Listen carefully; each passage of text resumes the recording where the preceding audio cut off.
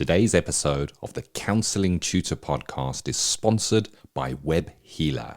You're a counsellor in private practice and you need a website, or you've got an existing website which you need help with. Web Healer are offering Counselling Tutor Podcast listeners, that's you, £100 off the cost of a website design and build. Now, Web Healers specialise in websites for counsellors and psychotherapists. It's what they do. And the Web Healer team provide a completely non-technical, done-for-you solution, leaving you to focus your time on your clients. Operating for 20 years, Web Healer are a trusted resource amongst counsellors when it comes to getting your practice online. So get the package details and claim your £100 off coupon for your new website by going to counsellingtutor.com/website. That's counsellingtutor.com/website. Hi, I'm Rory and welcome to episode 298 of the Counselling Tutor Podcast. Our special guest today is Sarah Henry. She has a degree in psychology, a diploma in therapeutic counselling, an award in education in training, and she's also currently a counselling tutor. She is a BSL sign language practitioner, a race trainer, and also a fellow tea drinker. Today, Sarah and I will be engaging in an open discussion about the significance of addressing racial identity. We aim to foster a non-confrontational dialogue that embraces diversity and promotes understanding. So with that said, let's get on with today's episode. Welcome to the Counselling Tutor Podcast, the must-listen-to podcast for counsellors, psychotherapists, and counselling students. Here are your hosts, Rory Oakes and Ken Kelly. A very warm welcome to the Counselling Tutor Podcast. You've joined us at episode 298. Rory and I are delighted that you're here. 3 topics today that we're going to be covering, starting off with that ethical, sustainable practice, where today we're going to be speaking about your resilience and your self-care within your practice. We then move on to Practice Matters. That's the CPD section of the Counselling Tutor Podcast. And we bring an expert today, and it's Sarah Henry, who's going to be speaking about how to engage in conversations around racial identity. And then we move on to our student services, where we see you, the student, on your formal journey to become a counsellor. And we're going to be speaking about neurodivergence, but we're actually going to be putting the neurodivergence within the process, or the PD group. So a really interesting topic there for you. But starting us off, Rory, that ethical, sustainable practice, resilience and self-care in practice. And I think before we go into this, just that recognition, that we carry a lot. I was speaking to a peer yesterday who's a coach, so not a therapist, and they were just mentioning how heavy it is for them sometimes, where they might be in a coaching relationship and somebody might share something personal about their own journey, and the energy of that sat with this coach for a while. It banged around in their head and they were not able to get rid of it. And it made me kind of parallel that to us as therapists. We're so often in the darkness with another human. And it's about what we take away from that and how we remain, I guess, well and clear and free to be able to be there with that client, Rory. Yeah, and I think that, counselling is a part of who you are. And there are other parts of who you are. For me, I'm a grandfather, I'm a friend, I'm a husband, I'm a father. There's so many configurations of me, and it's about making sure that my therapy practice or my counselling work is kind of bracketed, and make sure that I can move away from it and go and do something else. And I think that's really, really important. And I think for me, it's a process that I engage with. It's not something that's accidental. I make a conscious effort to find things outside of my main work, the only work that I do, to make sure that I have longevity in the work, and also to explore other parts of myself. I went through a phase when people said, who are you? I would say, I'm a counsellor. I teach counselling. And nowadays, if someone asks me, I might say, well, I'm a grandfather and, I do this and that. I might not talk a lot about that part of me. And it's a conscious decision to engage every bit of me in the service of self-care. And I think self-care goes a lot more, it's a lot bigger than just kind of bracketing yourself. It's also around diet. It's also around lifestyle. So about 11 or 12 years ago, I gave up alcohol, which was, for me, very, very beneficial. So it's about actively being an active participant in your own well-being. That's what I'd say. You're an active participant in your own well-being, Ken. Oh, I like that. I like that, Rory. An active participant in your own well-being. Yeah.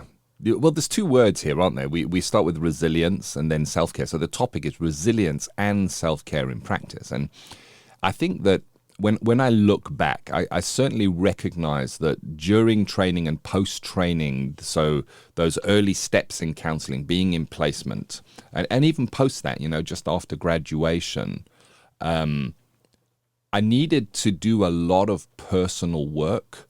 So personal development work around resilience. So resilience for me is being able to be there with the client, with the materials that they're bringing, being resilient, being able to be there and fully there.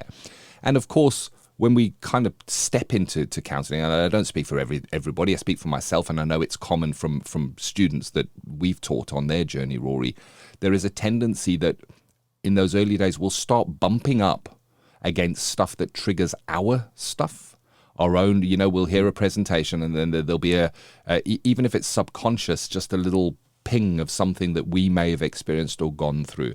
And when I think resilience, I think about the importance of that self-care and looking at who we really are, what's really going on for us. And it's a big part of training. Personal development groups focus very much on this. You'll be going for your own personal therapy when you're training, at least if you're in the UK.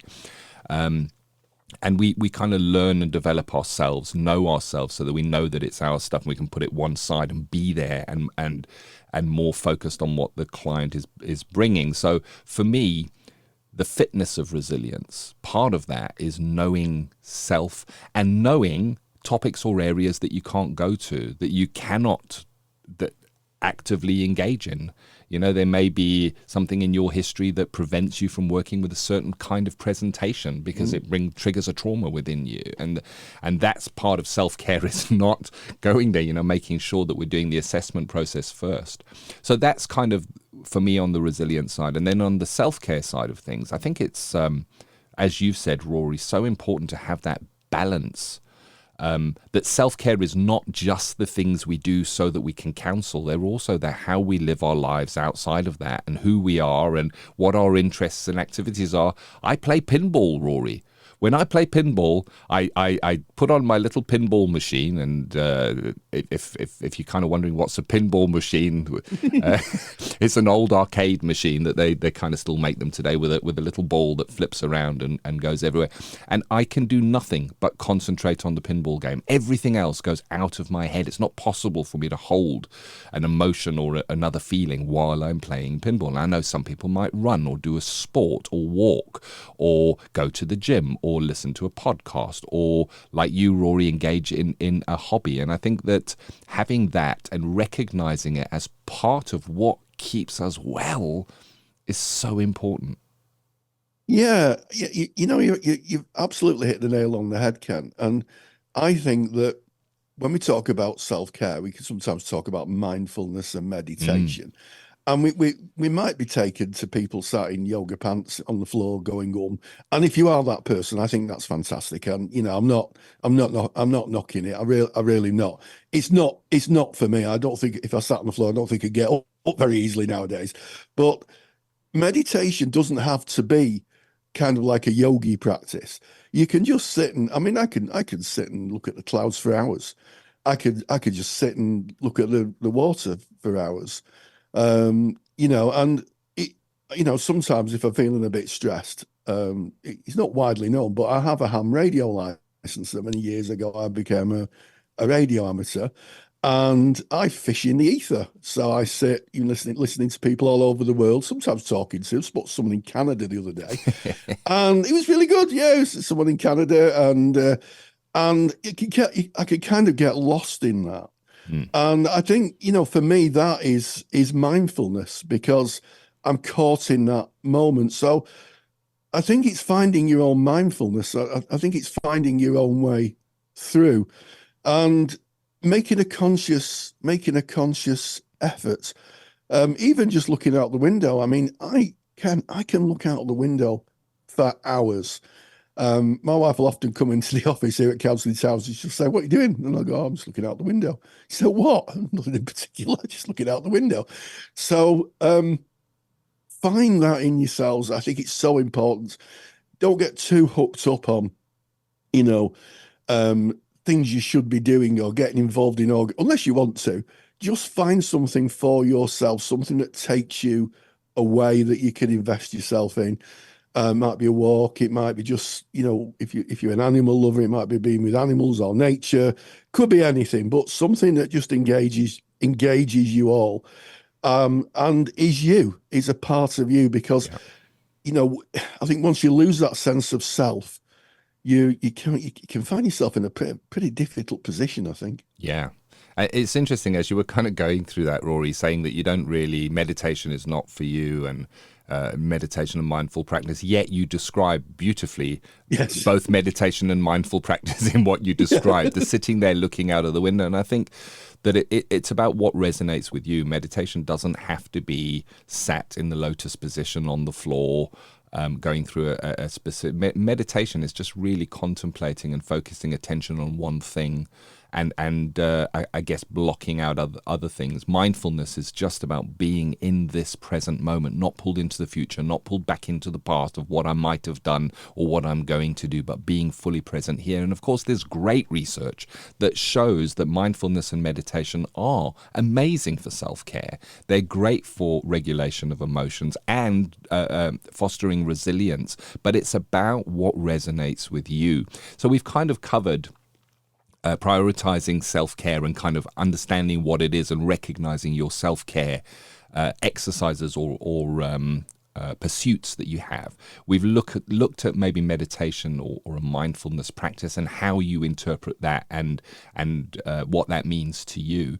And then, of course, there's the engaging in supervision and peer support, because there are times that you may take something that is still banging around with you from that client, and whether it be related to your journey or you're wanting to help them, it sits with you, and sharing that outwardly, where it comes not just going around in a circle in your mind, but comes out of that in a different direction, like out of your mouth, telling another human being, can be really, really helpful. It changes the flow of the thoughts from round and round and round and round to actually going in a different direction, and then maybe getting some feedback. And of course, we bracket this with confidentiality. We wouldn't be going to a peer and say, "Oh, I've got this client and they said this and this and this." We would be very, very careful of how we do that. And I guess we'd have more freedom of that within supervision. And we speak about supervision so often, Rory, and the important. I think there's barely a topic that we'll mention where we're not linking it into the importance of supervision somewhere there.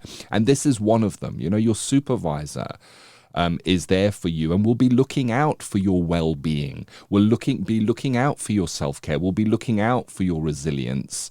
It's one of the roles that they hold as a supervisor. We know, because we train supervisors. It's part of what you're doing as a supervisor is going, is my supervisee okay? And how do I work around that? And so I think in looking at your supervision and what kind of peer support do you have? And I know this topic, Rory, came probably from our Facebook group, where that's asynchronous communication with peers, really, isn't it? Where people are sharing not what happened in practice and what the client said, but they're sharing about their own journeys and getting feedback from others. And it can be really beneficial and add to that resilience and be part of your self-care practice. Absolutely, and if you want to join our Facebook group, as we say every episode, come on in. go to Facebook, type in Counselling Tutor, and you'll find us and join the conversation. But yeah, I think it's really important, and supervision is an integral part of our kind of professional existence, and good supervision and relevant supervision is even more an integral part of our existence. And there's no harm in getting another opinion. I think when you become a qualified practitioner, even the best supervisor in the world may not hold all the answers to the questions that you've got. I certainly can't answer all the questions my supervisees bring, and I'd encourage them to go and find that out. And maybe peer support, people who are working in specific areas, may be able to give you more insights. And I think it's an ongoing quest, really. I think part of looking after yourself as a practitioner is not carrying anxieties around your practice. Yeah. Am I doing this right? Am I doing that right? It's about finding a balance. Almost certainly, and here's the bad news. Almost certainly, everybody at some point doesn't do the right thing. They may make a mistake. I know I've made lots of mistakes as a therapist, but it's what we learn from them. And also, to get a sense that as therapists, we're responsible to the client, not for the client. I think that we could overstep that boundary sometimes and go home and worry about clients. And it's if you're an empathic person and you're really invested in the work, of course you're going to do that. But it's about getting the sense of balance. And I think that, speaking with peers, I speak with peers all the time. I'm very fortunate to have a very, very good supportive network. I can phone people up. We have a bit of a chat over the phone, go for a coffee, and just talk about general ideas or general anxieties that might come up. And it's really good to get another kind of opinion, another voice in there. Have a critical friend. Critical friends are just the best. It might not feel the best at the time, but in retrospect, you might think, they were right, really. Maybe I should do that. So I think it's important. And I also think it's important to make sure to review at a regular time, is your supervision matching your practice? Oh, yes. Because it might not be. Are you getting what you need from supervision? If you're not hopping and skipping out the door of your supervisor on a fairly regular basis, thinking, oh yeah, that's brilliant, I think possibly it's maybe time for you to think, maybe I should look at getting another supervisor, because complacency can kick in, and maybe you just need to be challenged more. I think sometimes anxiety can be alleviated by taking on a different challenge and working a different way. So that's always something to consider, I think. Yeah? It is indeed. So we're looking at that supervision and peer support. And of course, I want to add into that personal therapy, own personal therapy from time to time, where we see a need or where maybe that need is picked up by a peer or our supervisor, and they might suggest that we go into that. That is part of self-care. It really is. If you're working with a client, something comes up within you, it's not shaken in supervision, then maybe it is. Part of your self-care regime may be to dip into therapy for a few sessions to go and work that out. And then, of course, there's boundaries, Rory. And, of course, we have our professional boundaries. Very, very important. And that would include what kind of a client presentation we might see. Are there certain kind of client presentations that might wear you out, where you feel that your energy is really drained when you meet with a certain kind of presentation? About the timings of that. I remember with my own supervisor, her saying to me, I'm going to be going on holiday in 3 months' time. And she was basically laying out her self-care plan and letting me know about it, so that I could recognize that I needed to get my supervision in before she went away, or plan that for when she got back. So taking those regular breaks for ourselves. And of course, we have these professional boundaries. But I wonder also how that transfers into personal life as well, personal boundaries. Do we end up going to visit family members that drain us, or that we would rather not be going to see for fear of kind of saying, no, you know what, I'm going to be missing out on this one? So the boundaries, I think, form part of us being well, form part of our self-care and us building our resilience, Rory? Yeah, I think so. And I think it's one of those paradoxes, isn't it, Ken, that when you become a therapist and people know that you're a therapist, Oh, yes. then people see you as a therapist. It's about like being a plumber. I'm sure that plumbers have the same problem. The plumber gets phoned up by someone and say, "Can you come and fix me water pipes?" No, I'm doing something else. But me floors full of water, and that's certainly happened to me with people that I've known in the past. They phone me up and they said, "Oh, I've got this real big problem, real problem in my life." And my first reaction nowadays is to say, well, let me give you some information. You can go and find a professional, and you sound like you're going through a tough time. And I've had some people say, well, aren't you going to listen to me? And I'm very blunt. I say, well, look, you're obviously going through some difficulties, but I can't be your therapist. And you would benefit maybe from seeing someone. I give you that information, and I kind of leave it there. Because unless someone is in clear and present danger, clearly, if someone's in crisis and they might be hurting themselves or others, obviously, as a concerned citizen, you have to do the right thing. But generally speaking, I try not to engage too much in my work outside my work, and I've got to be honest, it took a few years to get that in place, because it's kind of contrary to certainly what person-centered therapists practice. It's a way of being. But I've come to the conclusion now, like on my ham radio, I have a kind of gain control, which you turn up so you can hear more signal. And what I do is when I'm not working, I turn my empathy gain control down a little bit, so I don't hear the background noise. And that has probably, if I'm honest, provided me with more self-care than I give it credit for, because I'm not caught up in other people's processes. I'm not caught up in their lives. I can have a conversation which has a distinct beginning and a distinct end, and I can give the responsibility of gaining help to the person who's asking for it, which is how it should be, really. So it took a bit, to be honest, Ken. But now I put that into place, I find myself less stressed, less engaged in process.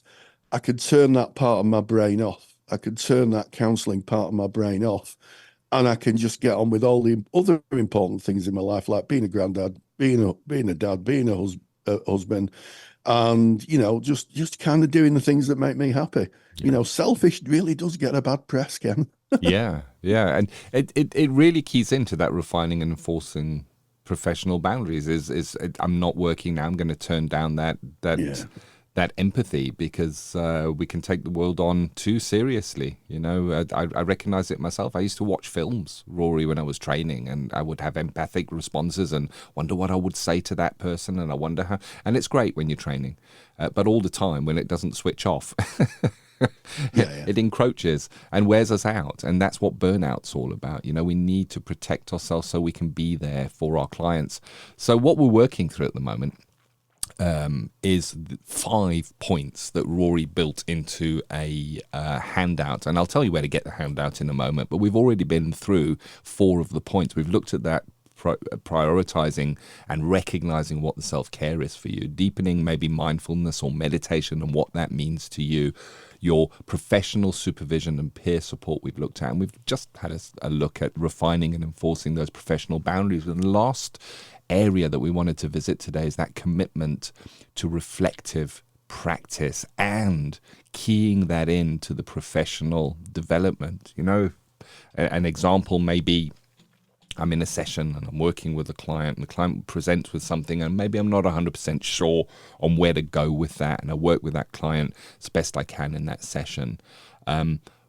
What I don't want afterwards is, I could have said that and I should have known that. I need a place where I can key into relevant CPD that is going to sharpen my competences so that I can feel confident and competent when I'm working with a client. I think it's such an important part of practice, and this is, of course, why so many of the ethical bodies make it mandatory and will audit our CPD to ensure that we're doing it, because it is all in service. But it's not just in service to our clients, it's in service to us and our own self-care as well.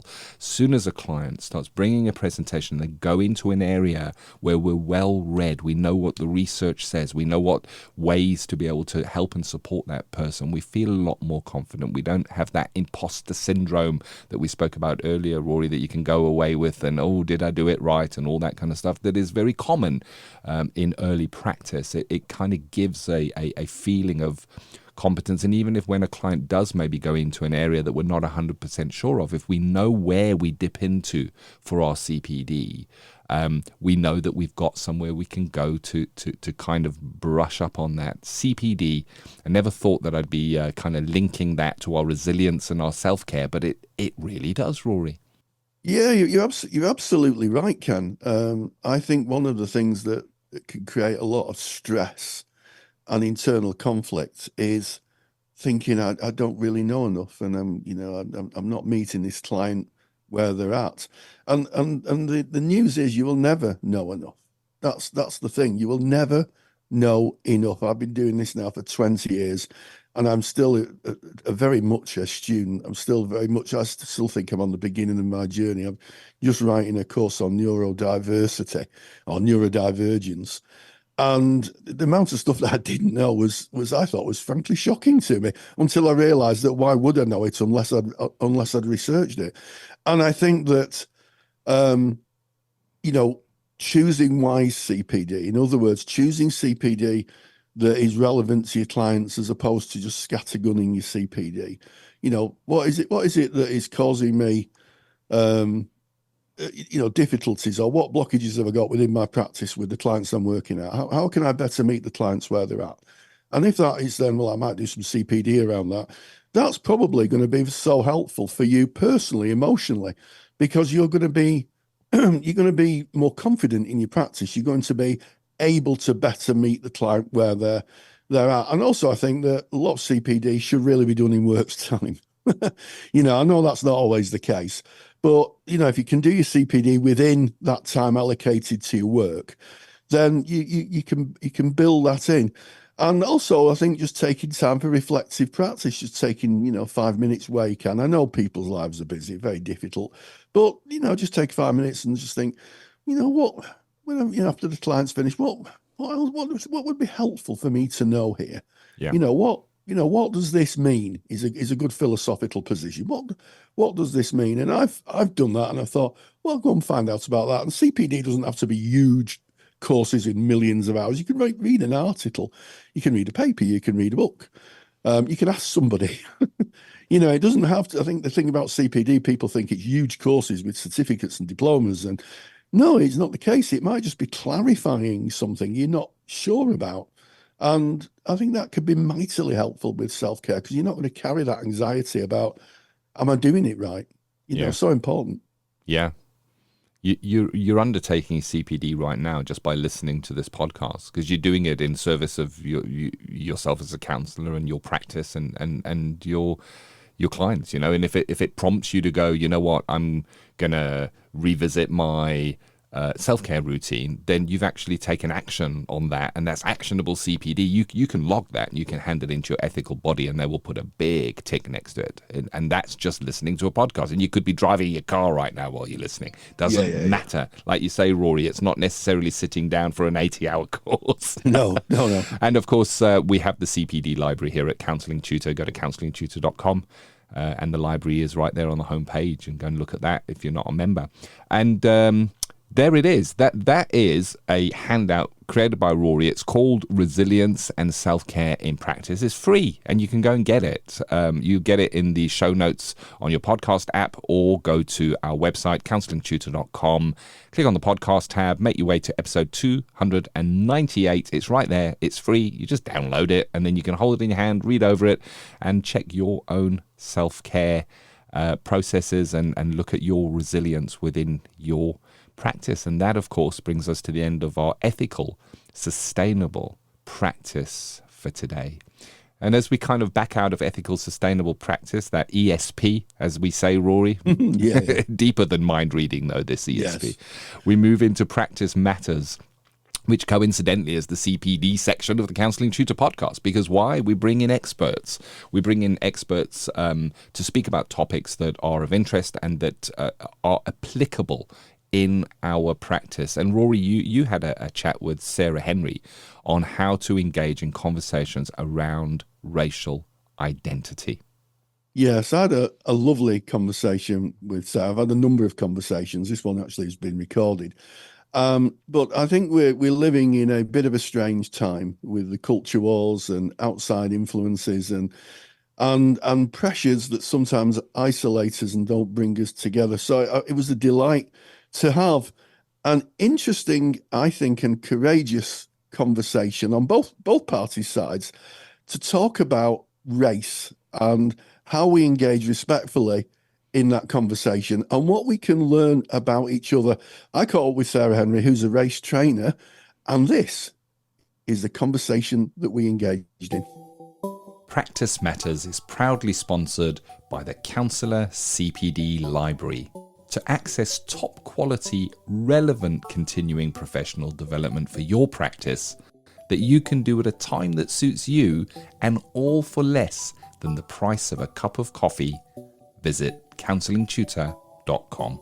In counselling, as in society, there's been a lot of discussion about race and culture. And maybe one of the unintended consequences of that discussion is that people may find themselves frightened of offence, frightened of giving offence, and therefore may withdraw from conversations from people of different cultures or different skin colours or different faith positions, which is why I'm delighted to be joined by Sarah Henry, who describes herself as a race trainer. And we're going to kind of discuss the elephant in the room, really, why people may be worried about causing offence and how we have respectful conversations. And I'm going to kick this off right away, straight out of the bat. I'm a white man and you're a black woman, right? Correct. Yeah. So, let's get that recorded, because that's the fact of the matter, isn't it? So what's your take on it? As someone who's a black person, what's your take? I mean, you don't speak for all black people, clearly, but what's your take on it? Overall, my take is about that phrase, actually, about getting over the fear, when in fact, for me, it's something that has to be gone through. There's no way that the fear of offending somebody can be avoided because of the nature of society that we live in. So rather than try and find a way to navigate around something, it's about building up the resilience and the courage to go through that fear and to tolerate the experience of being vulnerable when having conversations about race and identity. For me, that's the only way that you can actually navigate to the world of equality that we're all searching for, is to call out what is obvious for us to then actually appreciate that and go through it together. Yeah, absolutely. And I think this offending is something that's quite new in our society. When I grew up, we really didn't, it wasn't a word anybody ever used. And I'm a great believer that people choose to take offence as opposed to being offended. I think that in terms of personal development, you can choose whether you take offence or not. And some things, let's be clear, are offensive. People who make racial slurs or anything about homophobia or, just general cruel comments about people based on difference is wrong and could be deemed as offensive. But what we do have to engage in is a respectful dialogue to try and understand each other's position. We met previously to discuss this podcast, and one of the things that came up was a Yorkshire pudding. And yes, it did. And it never ever struck me. I've done a lot of training throughout my life on diversity, but just explain the reference to a Yorkshire pudding, because I think it really does sum a lot of this up.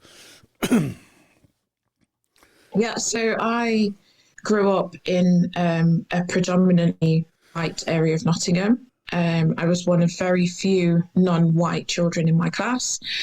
And so my friends in primary school and secondary school, but this story is from primary school, my friends in the playground were all white children, white girls predominantly. And so I would often be part of bigger conversations that were happening.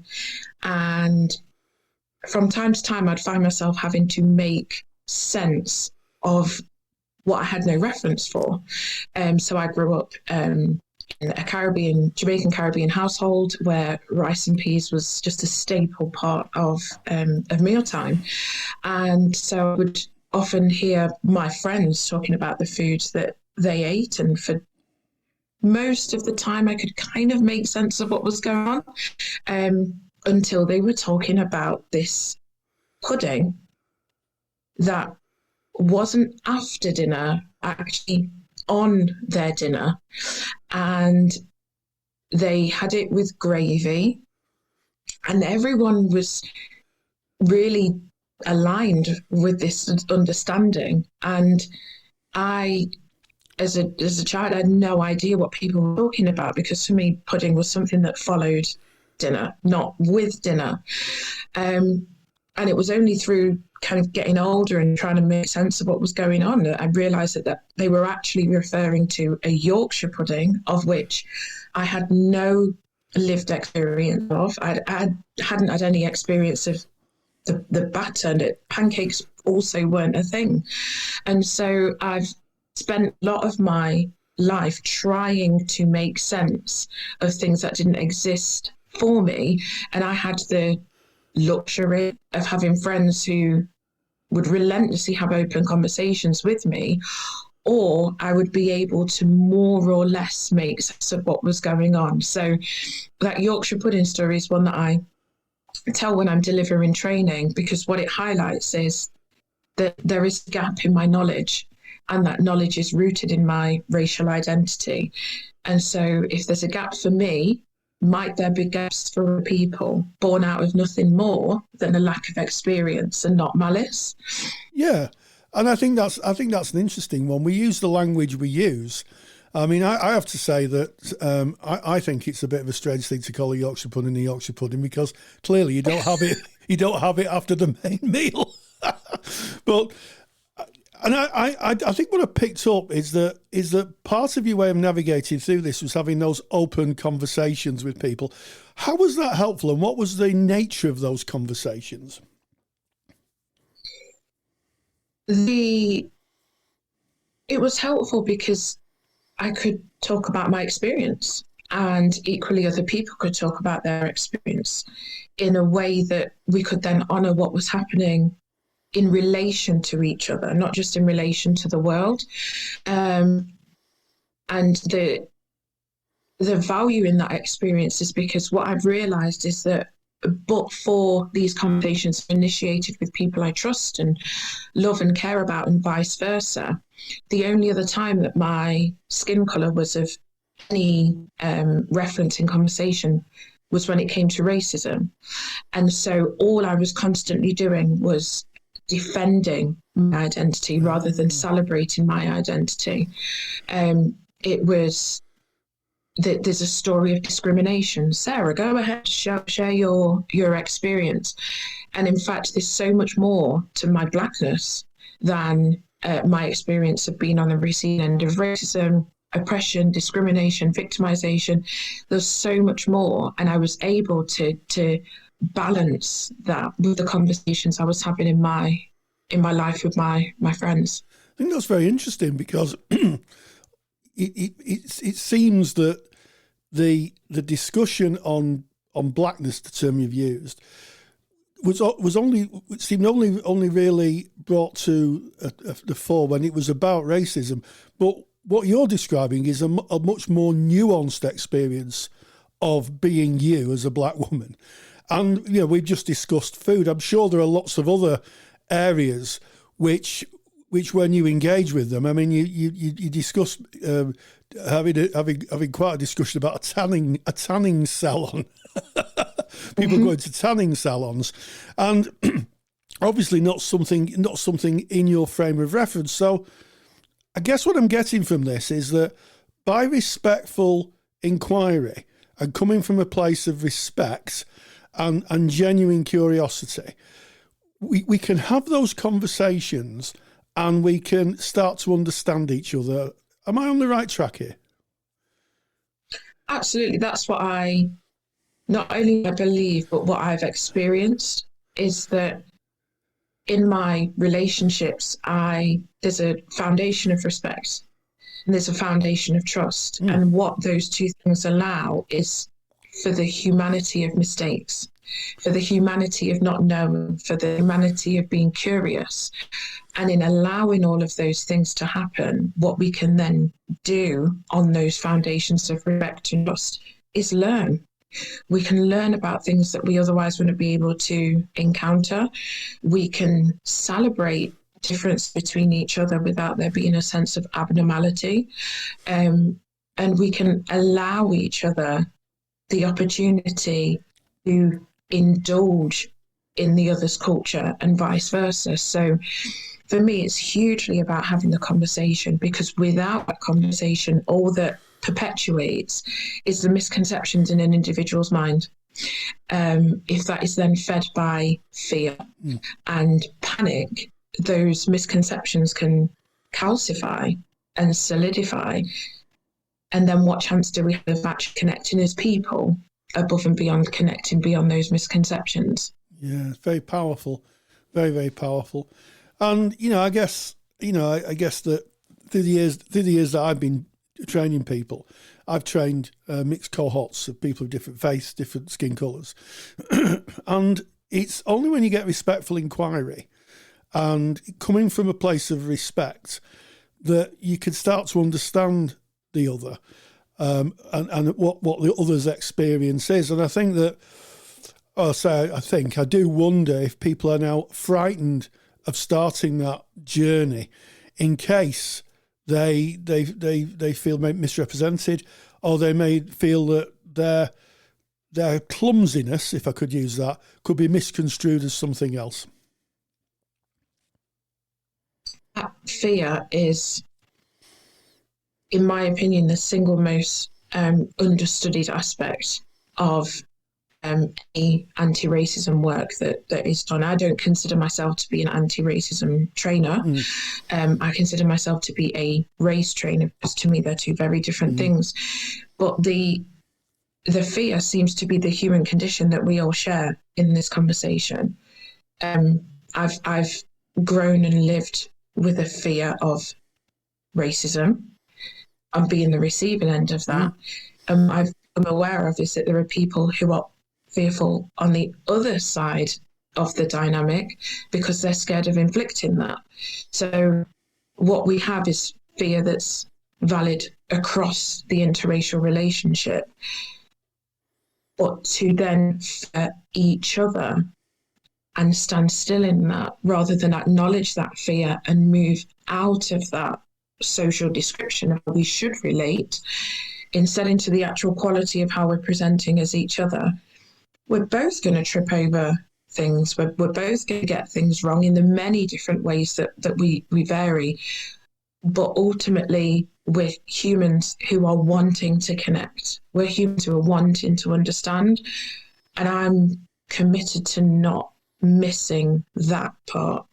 Yep, we're going to get this wrong. And you might feel uncomfortable and I might feel uncomfortable.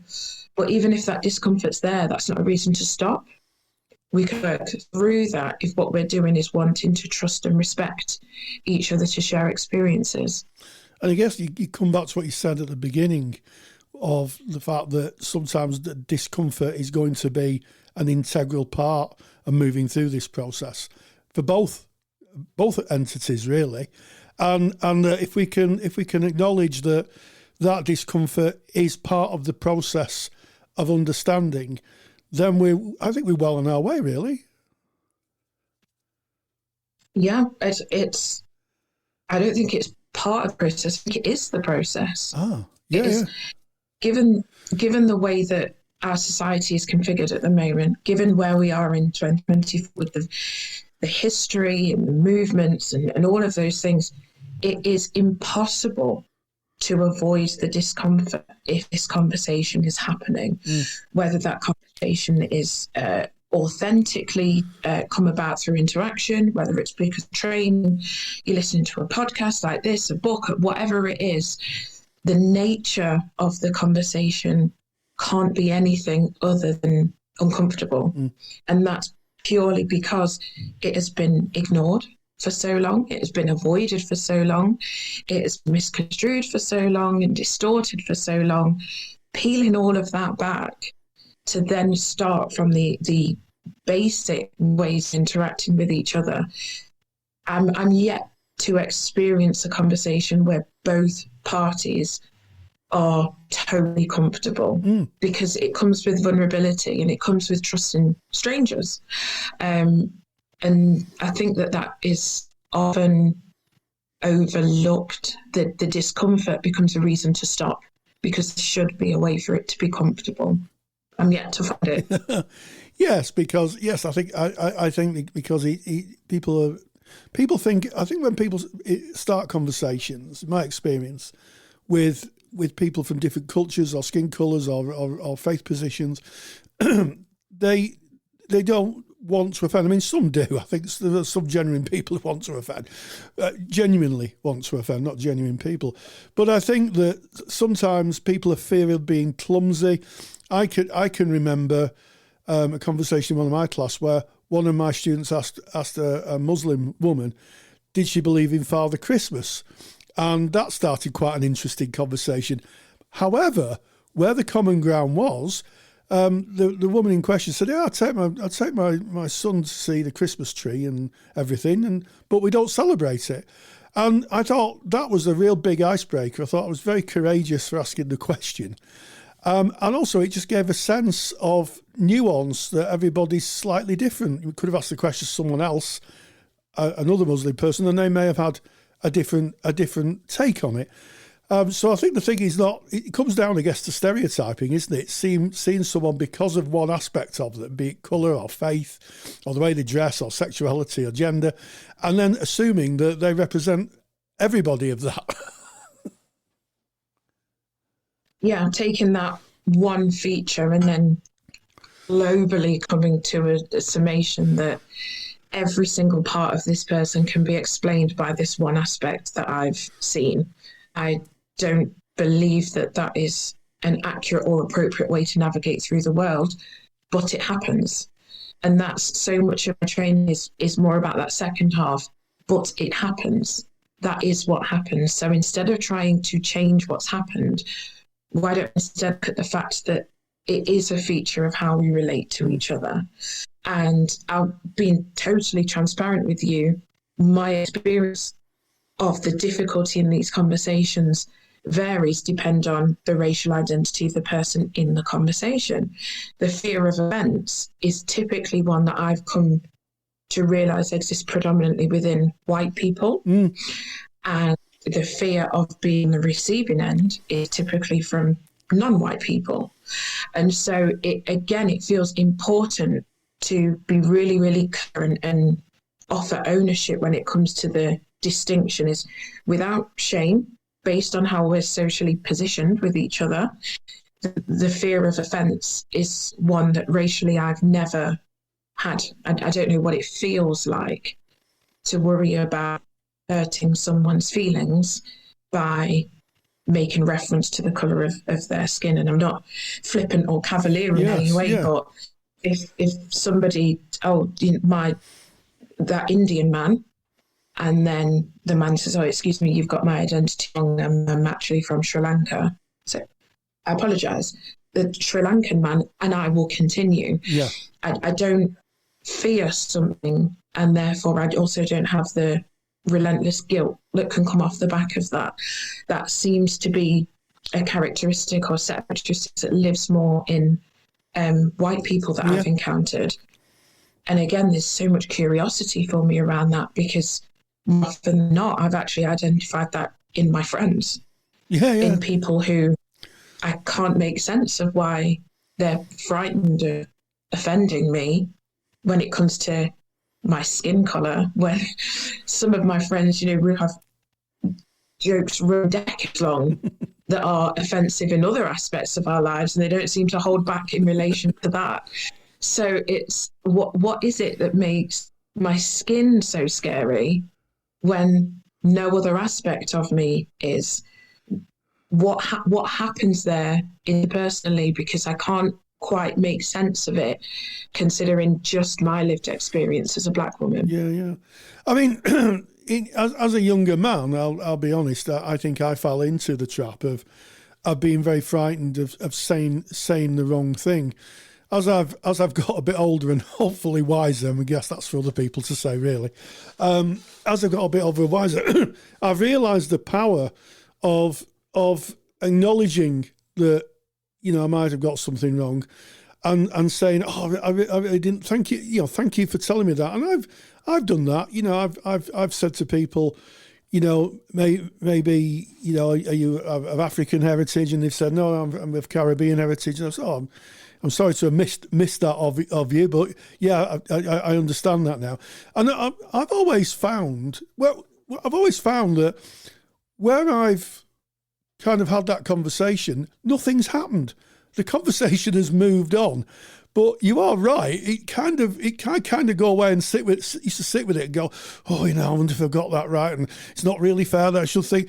And what it basically boils down to, I think, is that as long as you're respectfully inquiring for the right reasons, I wouldn't go around just asking people their heritage for no other reason than I wanted to. I think if it was a conversation where that was in, someone may ask me what my heritage is. I'm half Irish and half a kind of mixed mongrel of Scotland, Wales and England, and a bit of Scandinavian, so my DNA says.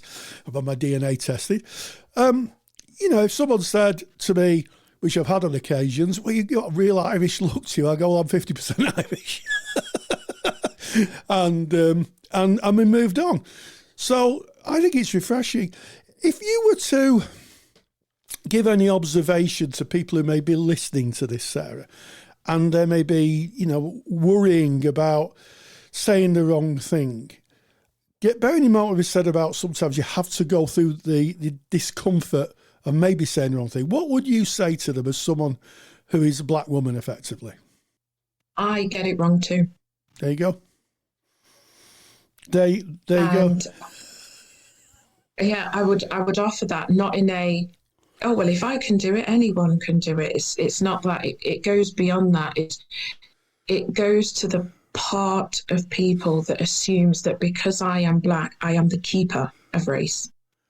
Because I am the black person in the conversation or the room, I know everything there is to know about race and racial identity. It isn't the fact that things are said incorrectly or inaccurate. That's not a wrong thing. It's about what being wrong means to the individual. Yes. What I'm aware of is the difference is there are far fewer social penalties for me. Yeah. Than I experience white people holding, the fear of being cancelled, for example. I don't have it. I just go about my life, and I call a group of white students groups, and there will be a European student in there, and I apologise, and I generalised, and I will move on. Yeah. But I don't have that same meaning within me. I don't have the same ultimate consequence as I hold it within me. And so I like to dismantle this idea that my black skin means that I get everything right. Yeah. I don't. It's just that I don't have the same fear. And it's that fear that seems to be the driving factor as to whether or not people are confident in these conversations. Not, like you mentioned, not the disingenuous or reckless people who don't hold any regard for the feelings of others, but more the people that want to be kind and are so wrapped up in being labelled as unkind that they would rather say nothing. Yes. I don't believe that there's any value in me holding myself as superior or Yes. racially knowledgeable across the board. I don't. I get things wrong all the time. I've got a mixed race daughter myself. Her dad is white English. There are parts of her whiteness as a mixed race child that I don't know about, and I make mistakes. Yeah. And I don't beat myself up for those mistakes, because who wins? Yeah. Who wins if I'm drowning in guilt? Instead, it's, oh, I didn't realize that, and there are consequences to me not realizing that, and I will manage those as well. But to fear a situation again doesn't help anybody, doesn't help either of us. So it's an ongoing practice for me, and it doesn't mean I don't consider the impact of my actions on other people, Yes. but I'm not consumed by that. Yeah. And that's what I would offer. I'm black, and I get it wrong too. Yeah. I'm reminded of a poem by a poet called Rumi, and he said, between the area of right and wrong there's a garden, and I'll meet you there.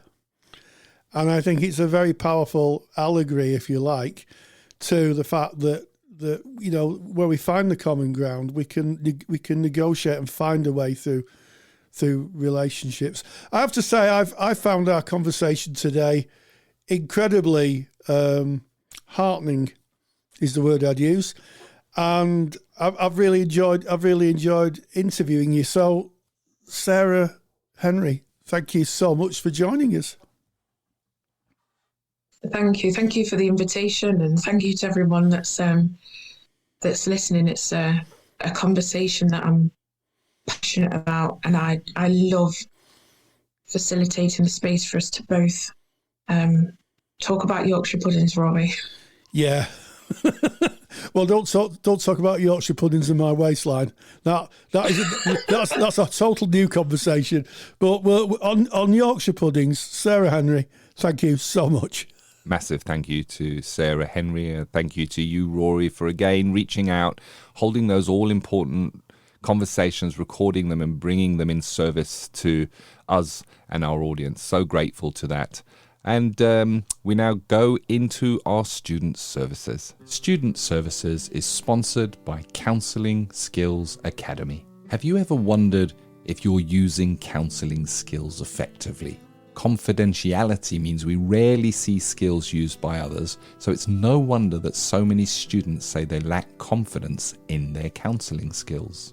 That's why I built Counselling Skills Academy. Counselling Skills Academy is an online course that you can do at your own pace. It will give you the skills competence and confidence to know that you're using your skills most effectively. You will see real counselling skills used by a counsellor in real life sessions, covering everything from how risk is assessed right through to working towards an appropriate ending. Visit counsellingskillsacademy.com to learn more and to claim your Counselling Tutor discount. That's counsellingskillsacademy.com. Of course, student services is where we recognise you as the student on your formal training journey. And today we want to speak about personal development groups, which keys beautifully into that very first topic we spoke about, ethical, sustainable practice. But we're going to niche it down. We're going to drill a little bit deeper into this and go down to neurodivergence within a process or PD group. What does that look like? What does that feel like? If it is you finding your neurodivergent voice within that group, Rory. Yes, and I'm going to start off by making a little bit of a kind of preamble by saying that a lot of the theories that are taught and a lot of the ways that I taught and the ways that I was taught and Ken was taught are quite old. I mean, a lot of theories you're going to be learning are almost half a century, if not more, old. And, neurodivergence didn't formally exist in those times. So we're talking about autism or ADHD or the wide umbrella of neurodivergence. And now it's becoming more recognized. It's becoming more formalized. And we need to adapt our PD groups for those people who may struggle to talk in a PD group. Now, a personal development group is usually, or a process group is usually a circle of students or peers who kind of try to meet each other where they are and have an honest conversation. It's probably one of the only times in your life where you'll probably get some very honest feedback, and you'll have to be resilient. And one of the things that starts off a PD group is the check-in, which I used to dread, and I'm sure my students used to dread as well, because you'd have to ask them to check in, and you'd have a lot of people looking at the shoes. I mean, I used to look at my shoes when I was a student. I knew what my shoes looked like, probably better than anybody else. And some people really struggled with it. And recently in our Facebook group, one student said that she felt really struggled. She was neurodivergent, she's an autistic person. And, the tutor was pushing her to share. Now, we know that in therapy, if you're working with an autistic client, it may take them a bit to settle in. You may have to wait a little bit before they can orientate themselves to kind of share where they're at. And I think that, if you're in a PD group and you're next to a peer who's not sharing, it can be really frustrating. Why isn't this person sharing? I'm sharing my life, but why isn't this person sharing their life?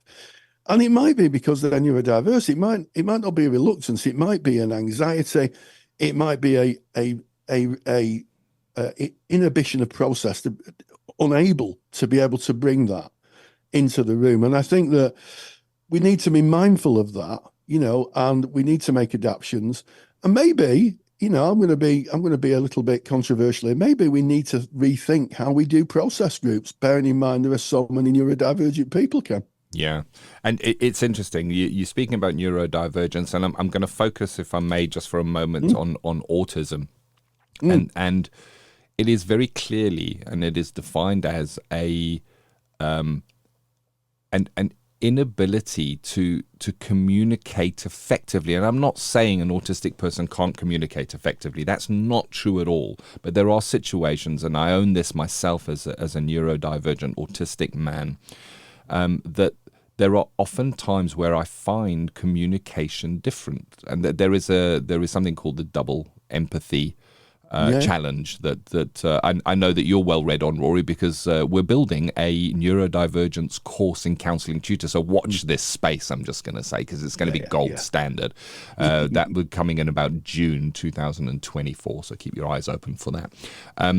And the double empathy challenge shares how it can be really difficult. Two people can be having a conversation, one being neurodivergent, they can be having two completely different conversations. So how it appears and how it feels inside can often, and I think everyone can relate to this, can appear very different. How are you feeling today? Oh, I'm fine, and a smile on the face, but inside there might be a very different process going on. That's incongruence, isn't it? I mean, that's if we kind of boil it down into a theory. But my point here is you can't see what is happening inside. We were talking about process group. Why is it called a process group? Because there is an internal process that is happening. Why is it called a personal development group and not just a development group or a group development group? Because it's a very personal journey. And I know that you can sit in a PD group, a process group or a PD group, not say a single word, not one single word, and come out having had incredible process and incredible breakthroughs in personal development. And I wonder if it's about the expectation that if you're in this group, you have to act or do certain things to be showing that you're processing or personally developing. Yeah, that's something I used to do when I was in a PT group. I was always the person talking. And I think part of it was because I just thought that that's kind of what was expected, really, as opposed to not and just reflecting. And, I think it's kind of well known. I've been assessed recently as neurodivergent, and I've not had a formal diagnosis, but, when I told people, everybody, no one was surprised, put it that way. No one went, really? And, the thing is, it can be the opposite. So neurodivergent people may mask and then just kind of do what's expected of them.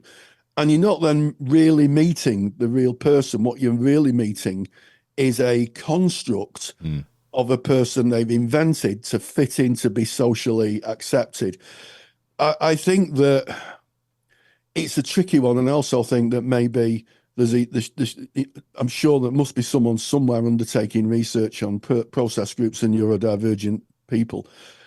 But it can be very, very tricky. And I think I'll speak directly to tutors. I think if I was doing a PD group again, I might have to have a long, hard think about how to bring it up to date. Because in my experience, some of them were brilliant, but a lot of them weren't really productive. There was something almost like something that is expected within a training course. And I think sometimes, we need to look at our theories, our practices, modernize them, become more creative. So I'm really making a call to arms, really, to have a think about how we develop PD groups. And also, if you are that person who is struggling, speak to your tutor. Really, if you can, I know it's not always easy, but speak to your tutor and say, look, this is where I'm at. Yeah. Or write to them. If you might be better, you might be a writing person, might be, you can express it better, and see what can be done. But the fact of the matter is neurodivergent individuals, be they autistic or neurodivergent or ADHD, they exist within our society as other people do. As we talk about race, we talk about age, we talk about gender, we talk about sex. They exist, and we need to make reasonable adjustments. We need to make sure that where we can, everybody's accommodated. You can't always do it, but I do think that somebody somewhere should do some research on neurodivergence and personal development groups, because I think it's a big gap. Yeah, and then share that research with us, please, because we're very interested. Rory at CounsellingTutor.com, that'd be lovely. If you're gonna want to hit me up with it, I'd happily have you on the podcast, happily interview you, happily get involved in that, because we need to meet students where they're at. Yeah, we meet clients where they're at. We're always telling students that. I think we need to meet students where they're at as well. And certainly with our training provision at Counselling Tutor, we do that. We actively make adjustments for those who are neurodivergent. It's part of the core of our trainings. So, yeah, it's a little bit controversial, but I think it needs to be said, Ken, to be honest. Yeah, and I think it all boils down to expectations. If there is an expectation around what a PD group should be and how it should run, there it is. There is an expectation on how a person should be within a PD group. And you mentioned, Rory, maybe not being authentic, somebody choosing to not be authentic because they can't be authentic within the PD group. So they are saying maybe, and you used yourself as the example here, speaking and saying things to fill the space because that is what is expected. And that there it is. If there is an expectation, then it is no longer a threat-free environment for that person to be. And it may take patience and it may take time. And when I say patience and time, with neurodivergence, there's not a defined criteria for that. It can take 6 months, and I'm just putting that out there as kind of a number, but it can take longer than you may think for the person to feel safe, to feel unjudged within the circle, to be able to share maybe what is going on for them if they choose to do so. And that's the thing. It doesn't mean there's no personal development going on within that person. And I mentioned earlier in this podcast, Rory, that I was speaking to a peer yesterday who is a coach, and we were just kind of sharing where we found ourselves. It's a long-standing relationship, and we were having a bit of a chat, and I found something really interesting which I noted down afterwards, and that is the person that I was speaking to was not in a therapeutic engagement. It was just a peer discussion. They shared where they found themselves and some challenges that they were facing, and I actually felt my own load lighten because of that. I wasn't giving them any guidance. I wasn't giving them any advice. They were just speaking. And as they were speaking, it was triggering things in me. And I was going, yeah, it's a bit like that for me as well. And I felt heard without saying a word because of what somebody else said. And that can happen in a PD group. That is the power of the personal development group, the process group. Somebody can say something and that can trigger, certainly was in my experience, I could have a week's worth of deep dive and thinking into something someone else said, not about them, but what it brought up in me. And I remember one of the greatest bits of advice that I got around my personal development group, because was around when somebody within the personal development group said something that maybe I felt was inappropriate, or that brought something up, or raised my shackles, I think it's called. When oh no, you can't say that. Hackles. There you go. Hackles yeah. Yeah. I got hackles and shackles. Hackles and shackles. Yeah. Or maybe made me angry, or or uncomfortable, and my immediate response in that, my gut response was, they shouldn't be acting like that in a personal development group. They shouldn't be saying that. They couldn't be. And then when it was turned around and the guidance given to me was, they are being them. They are being them within the group. What's important here is, what does it bring up in you? And I found such a deep vein of learning and personal development in that I would sit and then somebody would say something and I would like a little bit of frustration, or is it low level anger, and then as opposed to they can't say that, going into what's that about, why are my emotions reacting in that way, with that person just being who they are. And again, not a word is spoken from self. It was all internal processing. Yeah. I mean, at some point it has to be evidenced in an assignment. Yeah, of course. And there can be lots of creative ways that you could run a PD group.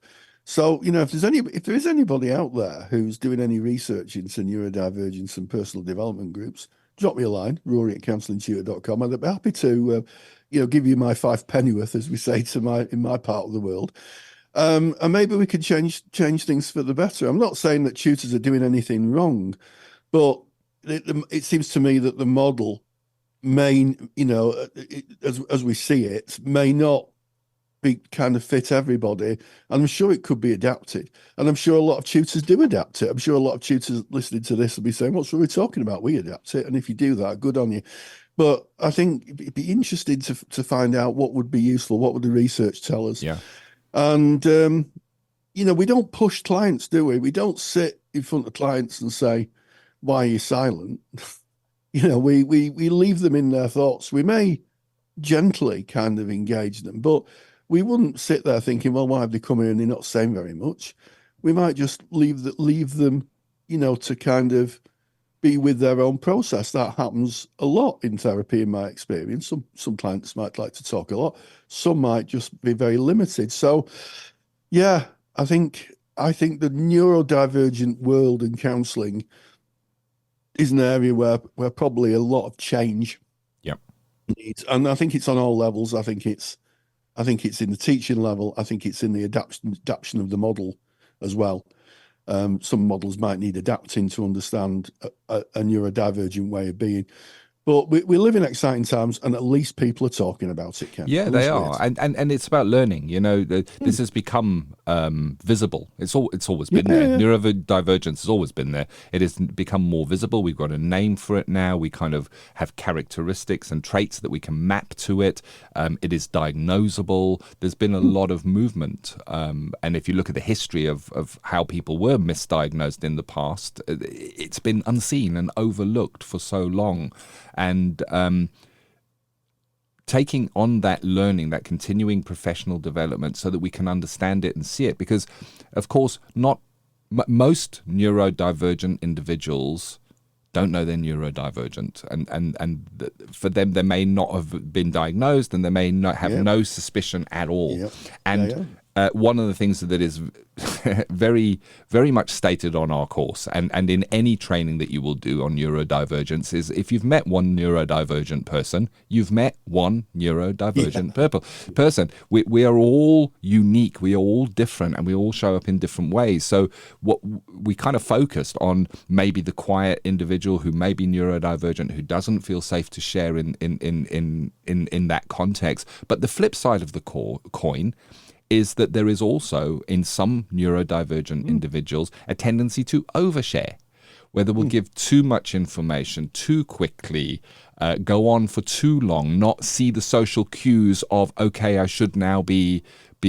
So there's the two sides of that, and it's understanding, knowing, being accepting, and I guess educating ourselves in what to look for, I guess.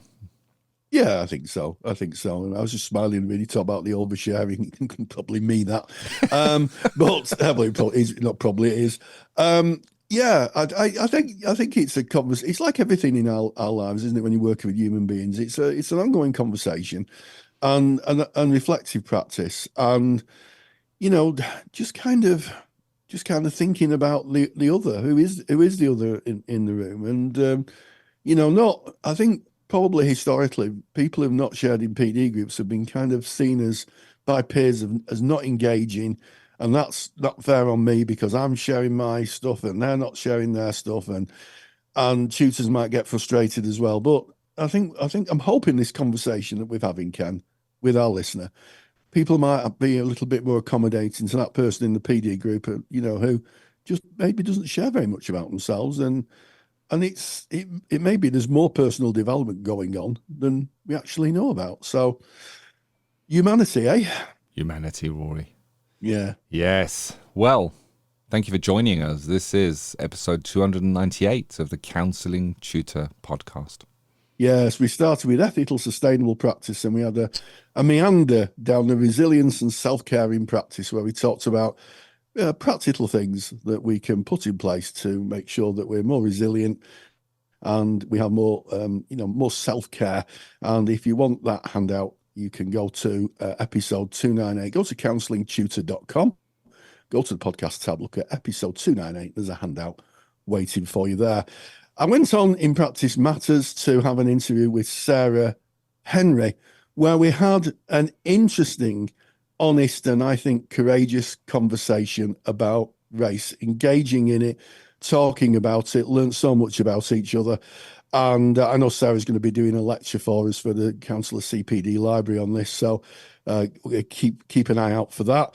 And then in student services, we talked about neurodivergence in a personal development group, how things might need to change, and also being thoughtful of others. Not everybody is the same. And maybe we start a conversation about how we adapt PD groups for those who are neurodivergent.